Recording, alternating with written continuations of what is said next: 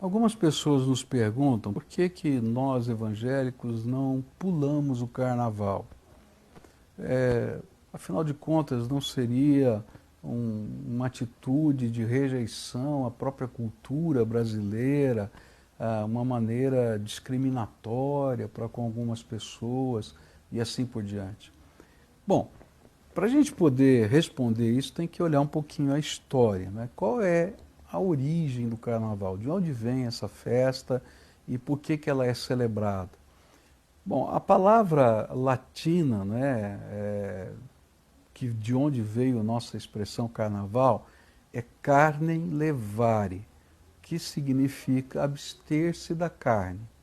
E a ideia era, no período da quaresma, segundo a teologia católica medieval, de não comer carne por causa da morte do Senhor Jesus, aguardando a sua ressurreição.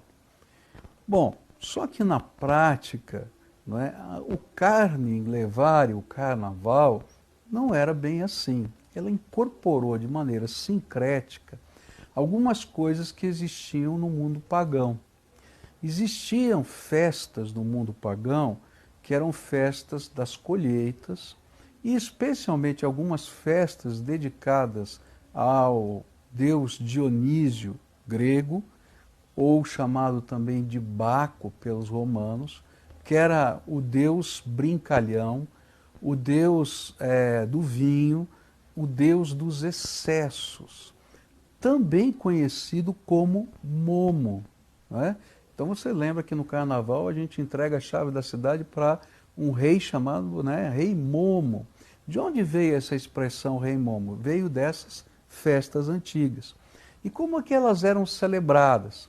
Elas eram celebradas usando-se máscaras, disfarces, onde se fazia sátira das pessoas, especialmente de pessoas públicas, e onde também se cometiam excessos, tanto na parte da bebida, quanto na parte da sexualidade, e a ideia era sempre fazer uma inversão de polaridades em todas as áreas.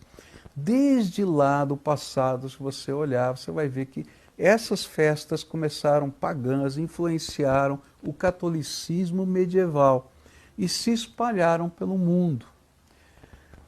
Bom, quando a gente olha para isso, já dá para entender a primeira razão por que nós não celebramos, porque essa é uma festa, na verdade, provinda de um sincretismo pagão dentro da ideia cristã de se viver.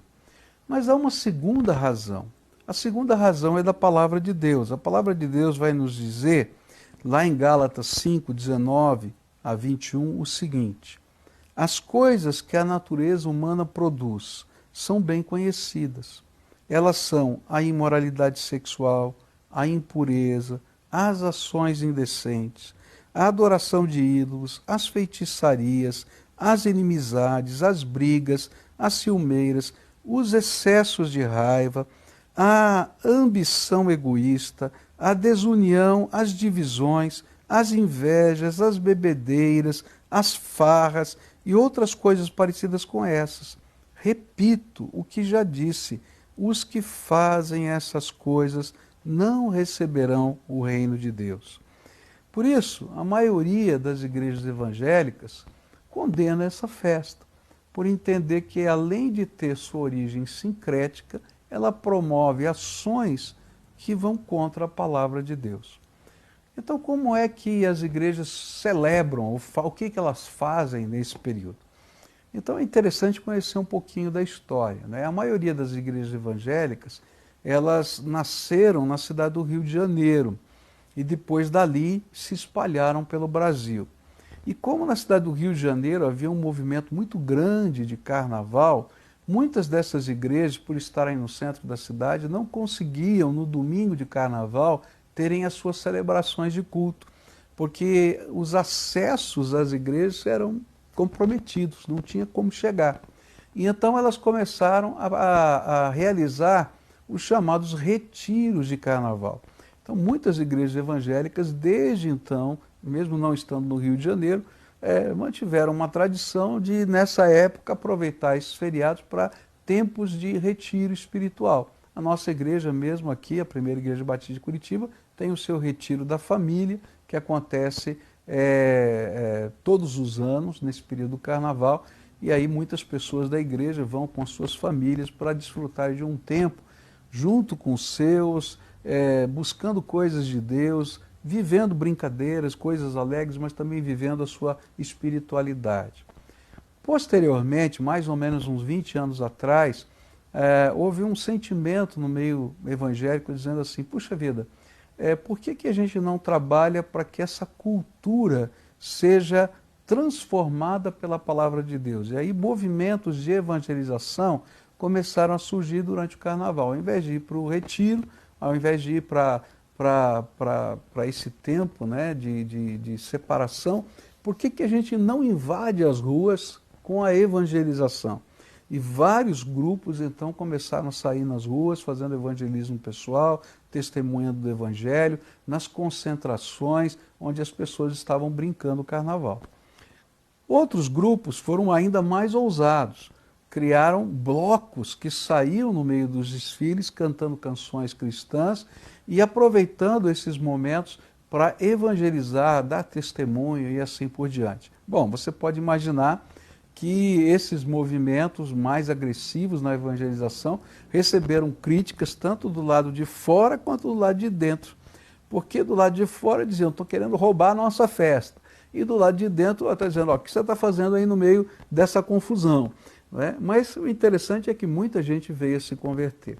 E mais recentemente, muitas igrejas, como a nossa própria, têm aberto esse tempo para realizar grandes congressos de juventude. E queria convidar você para participar do congresso que vai acontecer na nossa igreja de juventude, promovida pelo Ministério ONI, Ministério da Nossa Juventude, no período do carnaval desse ano, onde a gente vai ter aí cerca de 3.000 jovens aqui, todos os dias, celebrando Jesus como Senhor e Salvador da nossa vida. É uma grande oportunidade de crescer, mas também de evangelizar. Por isso é que a gente entende que carnaval não é lugar para alguém que realmente tem uma vida comprometida com Jesus. E eu queria dizer para você, pai, não tenha vergonha nem medo de ir na contramão da cultura. Ajude os seus filhos a fazerem discernimento do que é bom e do que é mal, e não apenas serem levados por todo o vento que vem das culturas. A gente tem aprendido que toda cultura tem elementos bons e tem elementos maus. E esses bons e maus elementos precisam ser julgados à luz da palavra de Deus.